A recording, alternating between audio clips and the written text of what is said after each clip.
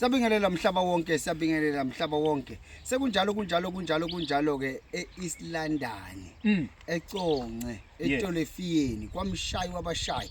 Nasi special.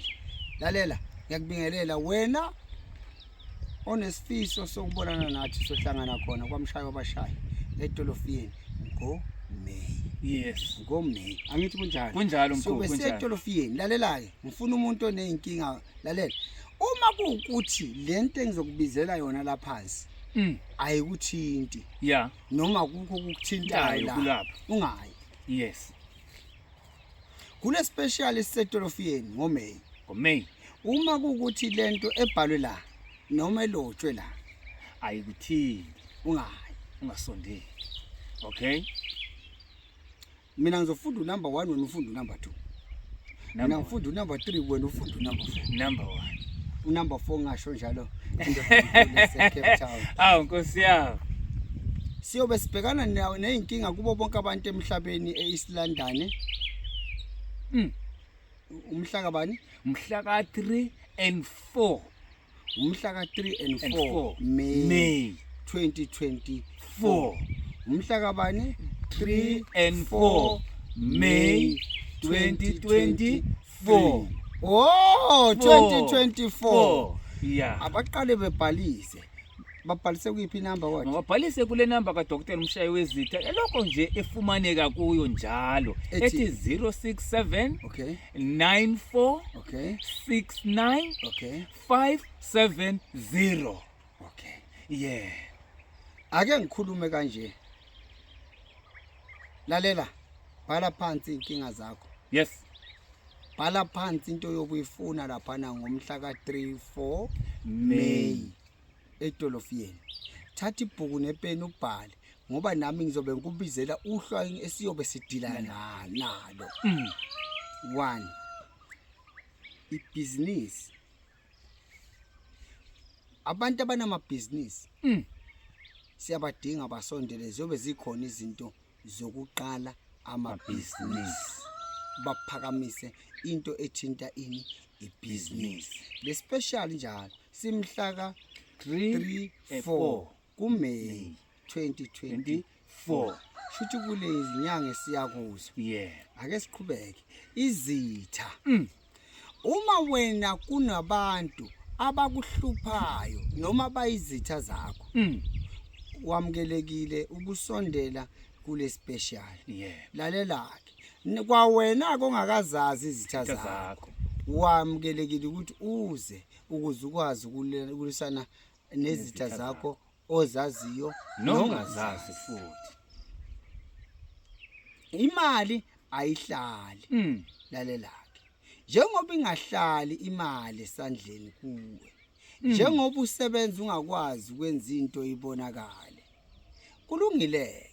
Asihlangane eTolofiyeni sikulekelele thina ngeimpande zomuthi sikulekelele sikunika amandla lapho ukuba into yakho iqhume iye phambili.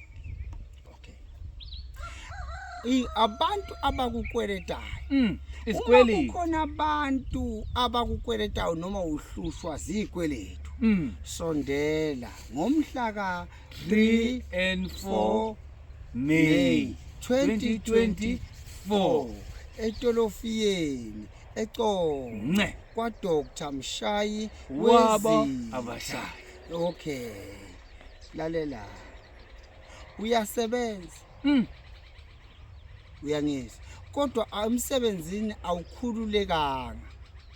3 4 so besikukhulula ukuthi emsebenzini wakho kungabe ngathi waqashwa ngephutha noma waqashelwa ukuhlukumezwa omunye umuntu.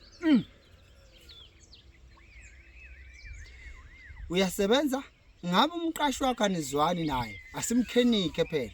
Akufuneki umuntu ozokujwayela kabe empilweni ngoba kokuqala naye uqashiwe wayeliswana nawe kodwa lo muntu sobe siqondisa izinto ezinjalo sithi wena mqashi uqashiwe ulwa kanjani nomunye umuntu naye uqashiwe njengawe ngenxa nje yeposition sobe sibhizi ngalezo zinto. Amaphupho abantu abathi uma belele bangaphuphi bese kuyabehlukumeza bona ukuthi abakwazi ukuphupha sebefuna ukuphupha siyobe sibaphuphisa ubhale phansi wena kulezi zinto engishoyo ukuthi wena ikuphi okufunayo noma ungena ndawoni. Abantu abanesinyama ziningi izinto ezidala isinyama kungaba imiscarriage ingaba amathunzi amnyama kodwa ziningi izinto sokhuluma ngazo ngelinye ilanga kodwa ngithi 3 4 5 phansi etolofiyeni siyobe sitholakala sidila nebantu abanesinyama. Ikhaya uma ikhaya lakho lingena kuthula uma ikhaya lakho uthi ulele ungahleli kahle uma ikhaya lakho ukhona umuntu okuhlukumeza kungekho ukuthula ekhaya lakho kungekho ukuphumelela kubantwana bakho kungekho into enyakazayo 3 4 May 3 4 May phansi etolofiyeni kwa Dr. Mshayiwezitha special list kuyobe kungenwa nge1000 egethini. Oh, lento yamadlozi ayikho kimi, ayingisebenzeli. Uma ufuna ukuxhumana nedlozi lakho, ngiyokunika umuthi mina wabona amadlozi yakho. Ngiyokunika umuthi uxhumane nawo amadlozi yakho live ngomhla ka 3 4 May. Nayindaba enkulu. Ukungabi nasithunzi. Isidima Ukungabi nasithunzi umshayi. Ingaba kusekhaya? Ingaba kusemsebenzini? Ingaba kubantu ophila nabo? Kubukeleka phansi. No. Uyayazi into ekhuluma ngayo? Ngiyayazi mkhulu. Ibhlungu Kakhulu. ibhlungu lento yokubukeleka phansi. Ngithi mina abantu abeze Abasondele ngobuningi babo. 3 4 4 May. Islandani kakhulukazi. Yebo mkhulu. Isidina siyinkinga wemshayi. Isidina. Lento nje ukuthi abantu bakubukele phansi bangakuthathi into. Ibhlungu le. Utholakala ukuthi umnumzana nasemsebenzini nje. Kusekunjalo. Nasekhaya sekunjalo. Baso. Ake sikhulumeni ngalento okuhleze kuculwa ngayo. Sonke sizalwe sinazo izinhlahla. Okay. Uyangizwa? Okay. Uma sikhula ke sineziphiwo namathalente nokwenza kwethu. Bese kuvuka umona kubantu abakhona emhlabeni. Bayiphazamisa inhlahla. Thina sobe siyibuyisa inhlahla umuntu ashade nenhlahla yakhe. Umhla ka 3 4 May 2025. Oh, yasengijahile. 2024. Ukubhimba into yami. Angithi ngugogo logobisa lukaSempondo uvuma sokani madoda. Ingakho ngithanda ukudlala kuleli cala lawa semampondweni ngoba phela ugogo logobile ngelilanga ngiyoconfess esizweni. Ukuthi kwenzakalani ngogogo logobile. Awu madoda. Unjani ugogo logobile? Hamba ngikuphendule. Isalukazi lesi. Esasiyimpondo. Sasingagobanga. Kwakukukhula kweyaso kweminyaka. Sagcine sangihlangana naso sasidondolozela. Awu, mawudinga ulwazi ke kabanzi. Angitholakala ukuphawula. Uyasebenza. Kodwa akubonakala ukuthi uyasebenza. January to December. Uzosabe ngisho kuye ekhaya. Hayi man.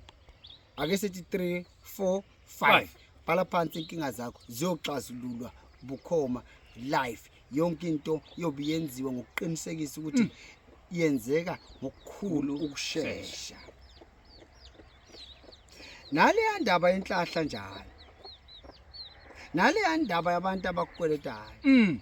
Nale ndaba yokungahlali kwemali yazi yakhathaza mshaya. Kakhulu. Imali ephuma esandleni. Yazi yakhathaza mshaya. Uthi uyiphethe imali kodwa ukwazi ukhomba ukuthi wenze u1 2 3 ngayo le. Uyazi yakhathaza wemshaya. Uthi le mali uyiphethe wemkhulu kodwa le mali ugcina ukhupha u100 bese inyamalele yonke. Nezinye ke zeinkinga onazo. Ngithi mina zibhale phepheni. bengenza umzekeliso nje iziphale ephepheni ngoba masubhekana nami angibhekeki mina kalula vele ngiyathakatha vele anyathakatha vele iziyo zibovu awu iziyo zimnyama umagadulele abanye bathi gogo lokho angimqabiza ngokuzi namachwele la ngikhona kuhleze khali inkukhu Untshuye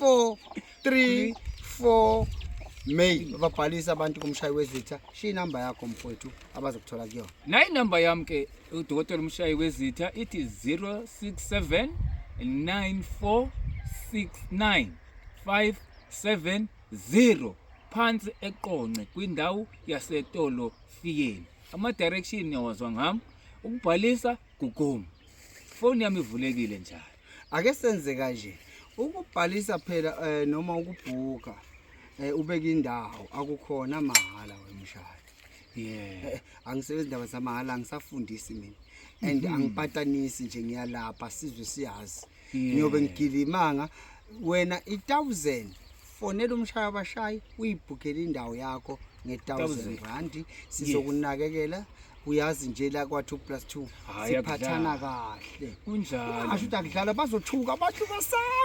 bazosaba ungasho ukuthi akudlala sitholele kanjalo ke umhla ka3 u4 May sobe sifamshayiwezitha siye laphela abantu khona abantu abaxakekile siyobe sivusa imizi ebhidlakelayo ithemba kukuwe ngehlale kunje biza le number mfowethu ithi 067 9469 570 Dr Mshayiwezitha ubhuka ngalo 1000 uzibekele indawo awubize le number ngathi uyashesha 067 ithi number kaMshayiwezitha 067 94 94 69 69 570 570 Dr Mshayiwezitha awukale phansi 067 069 yes 570 yeah